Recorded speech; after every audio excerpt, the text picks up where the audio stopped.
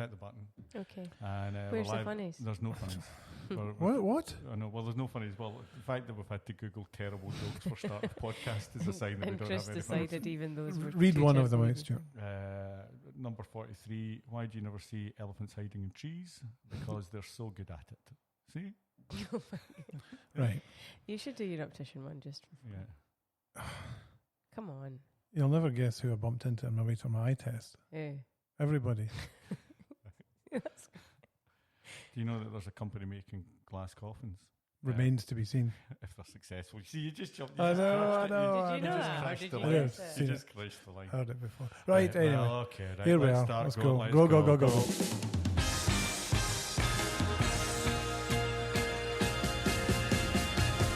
Welcome to the Good Roundup. Good Roundup is from us, three people who work for an agency, a brand consultancy in the UK called Good. I am Stuart Steele, your host for this podcast. Strip it off the tongue. Good day, Stuart. Aye. I am Julie Murdoch, your contributor to this podcast. And lastly, and most definitely not leastly, the man with the articles. Chris loves the hello. Oh, we're full of energy today, so no funnies, but full of energy. But the reason we're all that is because it's a very serious article. Right, okay. What is the It's reason? Scotch, Stuart. Yeah, very serious. It's all about the seriousness. It wasn't too angry, was it? No, it's not angry, but the title, if I can just bring it up. Hold on. I'll read it. No, I've got it here. Okay. Let me introduce it because it's a serious article on a serious topic written by a serious guy. And the article is called Why Brands Need a Serious Brand Strategy. Chris, what was the genesis? What was the trigger? What was the trigger of that? Because it's a great article and explain yourself. Well, it's the only article I've written, I think, that you knocked back 5 times before it got published. But anyway, so it's a thing that... So where did it come from? I think it's a thing we see a lot, a common theme. We may have talked about it before, actually, but... I think we've talked about aspects of it. Yeah. So quite a lot of the work we do, we see private equity companies funding business acquisition, through a main brand or a main business. And, they acquire other organizations. And I think there's so little kind of consideration given to what happens to the brands or what the strategy is for the brand to help facilitate that commitment to growth. It's almost as if they just throw a whole load of businesses together and expect the customer to be able to pick the bones out of it. And I think we've seen it so often, and it's core to quite a lot of the work we do. So I wanted to write a piece about it to say, you know what, you need to think a bit deeper about this stuff before you start.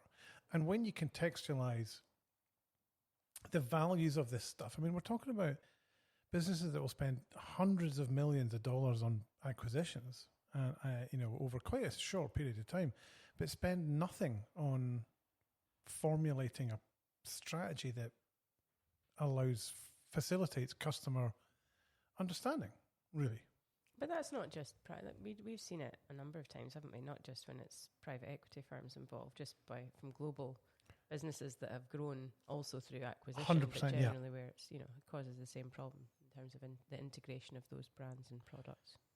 And to give an idea of what those problems are, so basically, businesses buy businesses for growth. Everybody's forward thinking. It can be organic. I mean, it can come organically, but more often than not, certainly over the last sort of 5-10 years, there's a lot of it's been through private equity, isn't it? It's been acquisition led. But yeah, it creates a whole load of problems. Is that what you were asking me? Yeah, it's just so suddenly, these guys are starting to buy because growth is the key, and then you just buy companies and everybody's happy because it's forward looking, and then you look behind you and it's a tram smash. Yeah. So what kind of problems does this kind of growth acquisition, manifest itself? How does it all come together? Well, I guess it's kind of like, uncontrolled growth just creates quite a bit of confusion. The way the structures, the brand architectures can become really incoherent, so customers and people can't navigate that. Naming conventions and the way that products are put together in portfolios become bloated and different and confusing. I think it feeds a lot of sort of internal confusion with the sales teams and people. If you only know what you know, you can't sell other stuff that may be related or marginal to that. inefficiencies as well. There's inefficiencies in the way that you may end up running 50 social media channels instead of 3, if you don't consolidate. And ultimately, I think all of it just feeds customer confusion, which is the most important part. If things aren't clear for your customer, you're going to bleed value. So again, just as an example of that, you buy a company that sells widget A and then widget B, and then they're both called widget makers. And then the problem is, well, what is widget A and what was B? How do you get that? As a customer, you spend 20 minutes trying to work out the difference between the two, and then go, I'm just going to go and buy I'll just go Gizmo widget. Yeah, because they're easier than me trying to plough through what this company's trying to do. So it's almost the desire to appease internal stakeholders' idea for growth is the thing that sacrifices that is customer awareness about how that's all integrated. Yeah. But when that's a false economy, because obviously if you make sure your customers are clear on what you're going to be doing, then you're going to get growth quicker. You're right, and quite often it's an exercise in simplifying and taking stuff away. But it's just amazing to me. It never ceases to amaze me how it's not thought about. And to me, that is what a proper corporate brand strategy does. It aligns the brand and the relationship of the brand with products and services with the business goals. Where is it trying to go? So, because it's a corporate strategy, right? It's about success, and that will be about plans for growth. And if that's about acquisitive growth, then you have to have a strategy that defines how you're going to fold in those new brands and products and services into your portfolio. Make sense? Yeah. So even if that means we buy really good design agency on Monday, we know that on Tuesday we're going to have to get an endorsement on the thing. This is a good company. All the kind of the playbook about how you bring a brand into your family of brands is already defined, rather than having to reinvent the wheel every time. And having slightly different rules or slightly different conventions for every time it's done. So you lose that kind of consistency in terms of the relationship between brands and brands or brands and products or whatever. And I think at the time we end up talking to companies about the pain, it's not really prioritised until it's recognised as a problem that's costing them significant amount of money. And I think, if it was a broken machine or in a factory floor, it would be fixed. But that's, and I think because it's tangible and you can see it's easier to identify that you're losing value there and that you're losing revenue and the opportunity for revenue, whereas it's harder for us. It's harder to measure the loss. And it does then end up festering and I get a bit of a blind spot until other people, interestingly not marketing people, tend to bring it up, and we can talk about that in a bit. But to me, that sense of depth of understanding of a business and how, to organize the architecture and the structures and the portfolios, or which ones to kill, which ones to push, should be what a strategy does, a brand strategy does. And I think often in our game, it's all about logos, colors, mission, vision, values, stuff that's important, but it sits comfortably within the marketing team. But often these challenges go much deeper and much broader.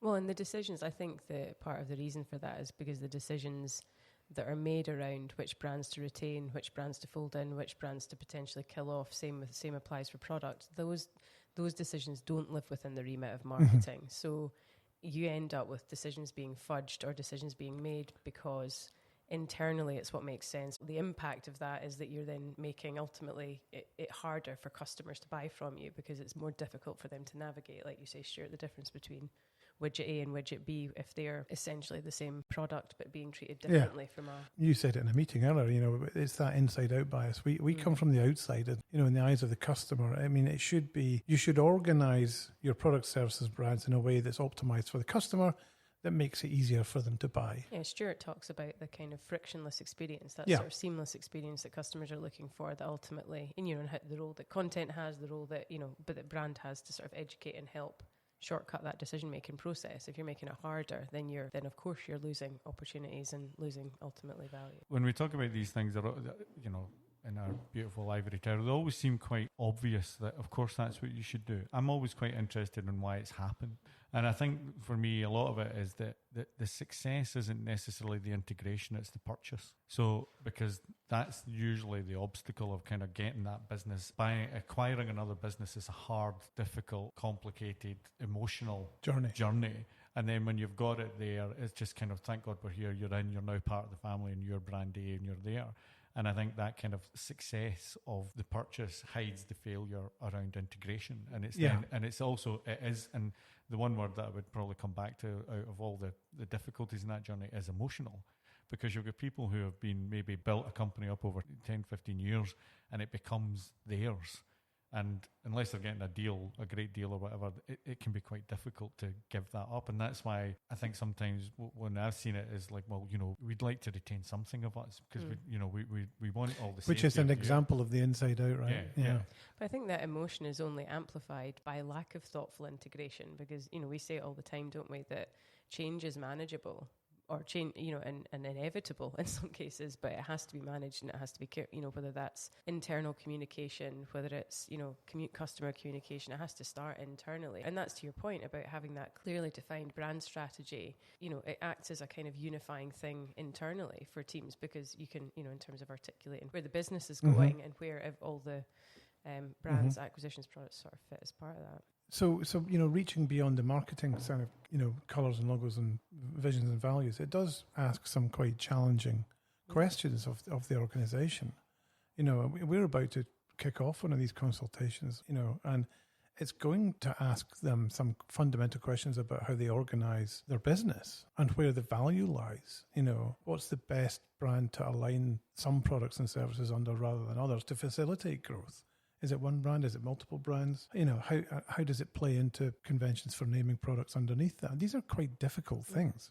But we're very clear about that, aren't we, when we undertake any of these projects, that there is undoubtedly going to be pain, and unless you kind of friction. Go into it and embrace it to a certain extent, then you're always going to end up with some sort of hybrid solution that kind of doesn't do completely one or the other. That's Stuart's point, I think, that so much energy is put into getting the deal over the line, and then we're all happy, but actually, you now need to the difficult bit. That's where the job starts. Yeah, absolutely. Yeah. And I think again, having a deeper brand strategy that goes beyond vision, mission, values, color, logo, typefaces, which is again all very important, the building blocks of what the brand is.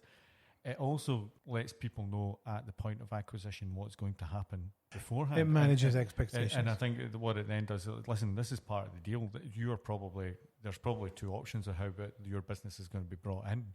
And you probably fit in option one, and this is going to happen before you go in, and it just means that everybody understands what's going to happen. And if that's going to cause problems, because we've seen the challenge when you kind of go, everything will be all right, now we're just bought, we're fine, and then let's look at integration afterwards, and then there's a plan, and they go, well, no, I don't know about that, and then suddenly everything just slows down. Yeah. And then you've got 3 logos on a homepage. Yeah, because you're pleasing 3 masters, trying to ride 3 horses. Yeah. And again, and the person come at it from the customer point of view, you go, which horse do I want? Yeah. Why is that logo there? And who is that? But we've talked about this before in a different podcast, which I can't remember what the topic was. Probably done the same one. Probably not this, but I mean, we've talked about. I think we did a pod ages ago about brand leadership in the B2B space. I think we were talking about, but I think the same applies here. If you don't have that really clear direction from the top, then you're fucked anyway. Yeah. Or are we saying that on this podcast? Fucked. Oh, we are. Yeah. Right. Okay. So why change the habit? This is the 29th. Why are we changing it now? You're on a hide into nothing. Yeah. Yes. Good. Note to editors. Just edit that. No, don't leave it. As the Gaelic language would say, you're fucked. Okay. Yes, but you're right. Point. Yeah. That kind of clarity of kind of vision and direction and... Yeah, it's all got to be... That leadership has got to be at the beginning rather than after you've crossed the line. Yes. It's got to be there at the beginning when the gun is fired. And the gun is fired. And I think what's also interesting as an observation is that we see the catalyst for change doesn't necessarily come from the marketing team. It comes from elsewhere, doesn't it? It comes from sales teams who are struggling, to navigate their own portfolio. It could come from, HR people who say we don't really know what we're about here. We need to, with new starts. Employee brand. It can come from product teams. Yeah, or you've got confused. You've got conflicting or not conflicting, compromised value props or overlapping value propositions when it comes to trying to define that for even products or ranges or collections, whatever. Because the challenges manifest themselves in the deepest, darkest corners of the business. As somebody who, over the course of the last 2 months, has talked to something like 20 salespeople over 3 different companies, that's where you go to because that's where it lives or dies. Yeah. So it's great at the board level to go, you know what, here's our inspiration and this is what we're doing. And then you go back to the guys on the floor and go, so how do you use that on a day-to-day level? Basis, they go, we don't, because it takes too long, and actually just cut. And that's where, and it's important. And these are literally the brand ambassadors. They're not somebody up in the boardroom. It's the people going out and talking to people and pressing the flesh and saying this is us. And if it's not going down there and that's not being used, everything's getting weak. So we've done quite a lot of work recently and talking to people about how the sales team about how they talk about the brands. When did they talk about the brands? And building that round and then taking that back upstairs. Because that's it, do you think that's a useful?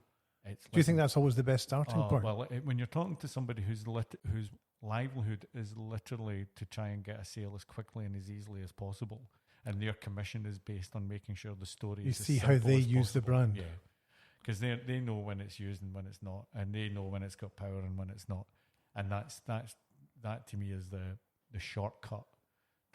Do you think that they find in general? Do they think that brand is valuable in that sense? Yeah, I think they do. I just think it's just poorly defined for them.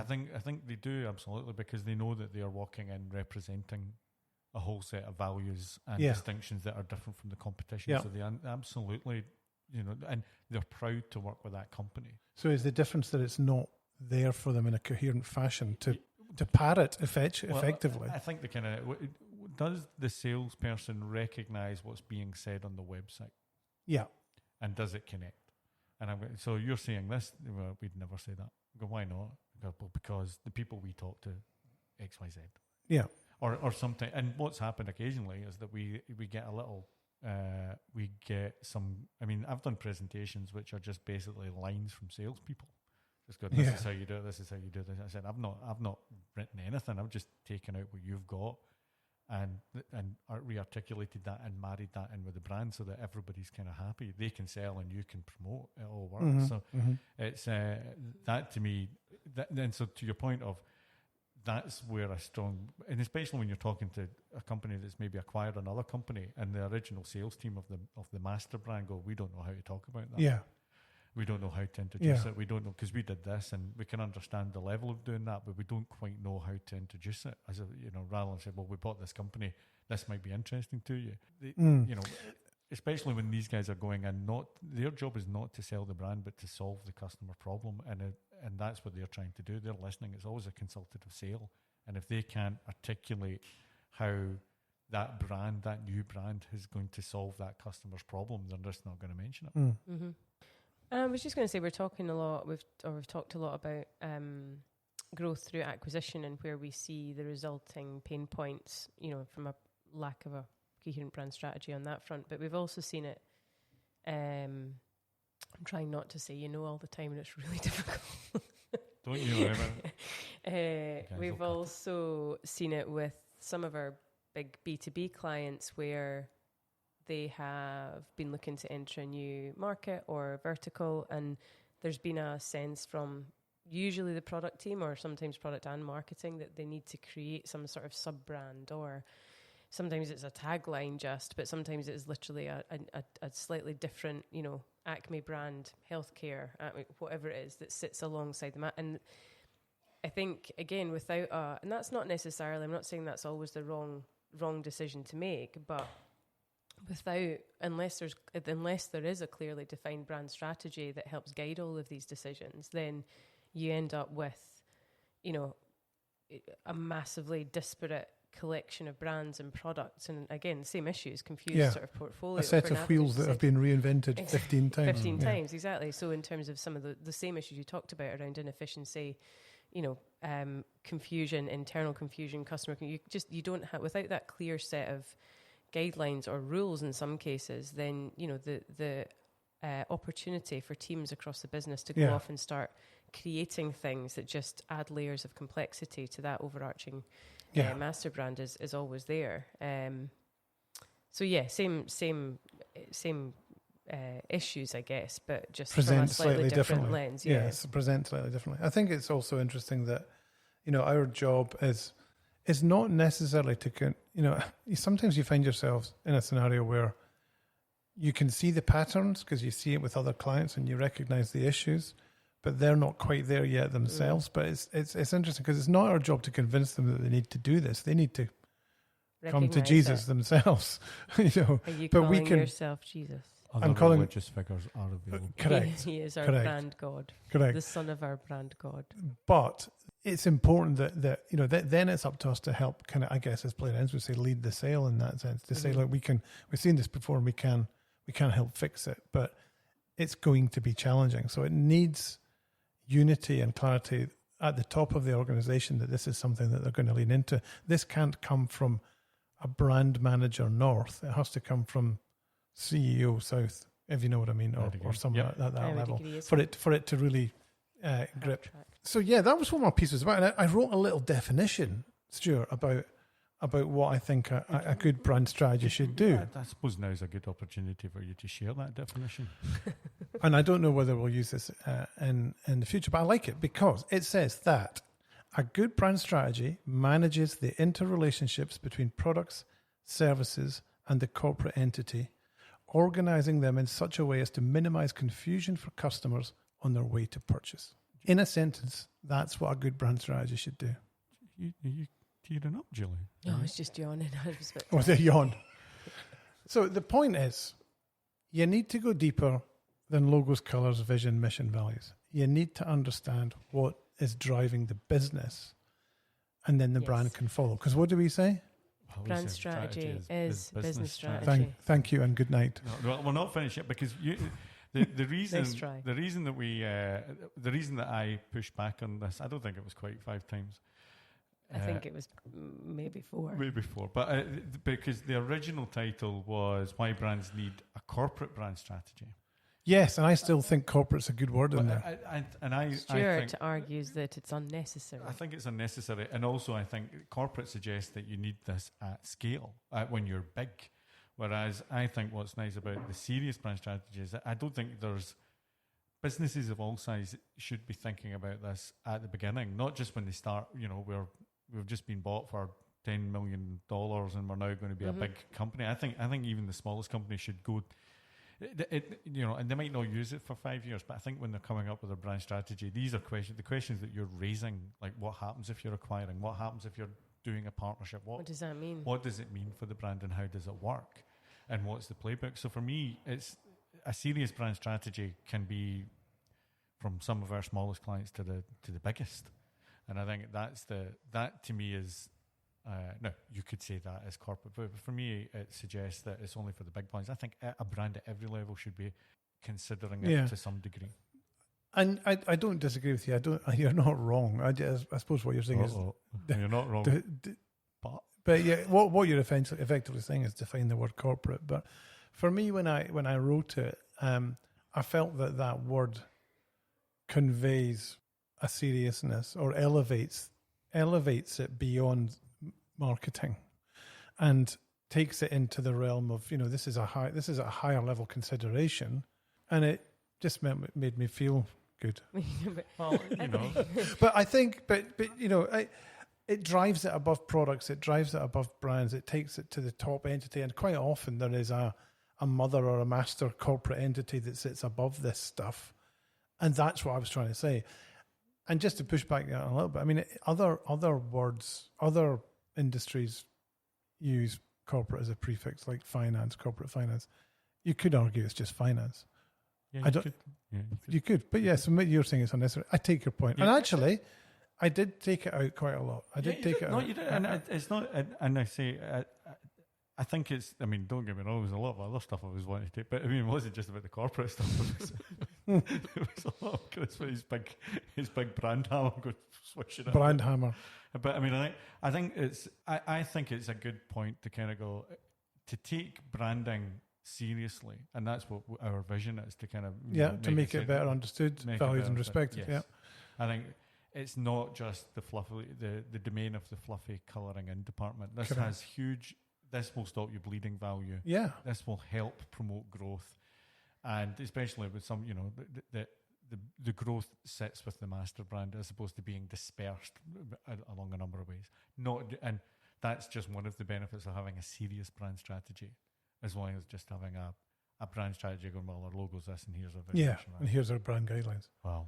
Okay. Well, having a set of brand guidelines isn't having a brand strategy, is it? That's No, Well, it's a set of brand a very guidelines. different thing. But that's what Because in I researching the article, I did look on the internet, and if you do it, you look for brand strategy on the internet. That's what you get. Yeah. It's quite interesting. But then I think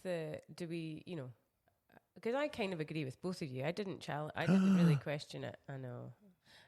I didn't question it when I first read your article, but then when Stuart sort of said, I feel this is unnecessary, I don't disagree with that either, because does the inclusion of the word corporate just make us feel better about using the term brand strategy? Brand strategy is, if we believe brand strategy is business strategy, you shouldn't need the word corporate. You're right. there, And just true make to it our own sound more values of serious. simplicity, taking out the bullshit, you're absolutely right, which is why I did it. Thanks, Chris. You're the best. See, making all that. YTV. We also just need to mention our two our new editors, Our new they're not- yeah. staff.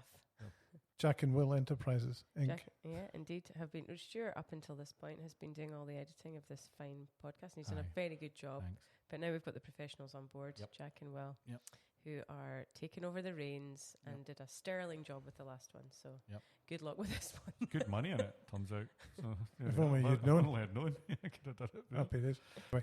It's been lovely Thanks, folks. chatting, Thank chaps. you. That's been good. Bye. Bye bye.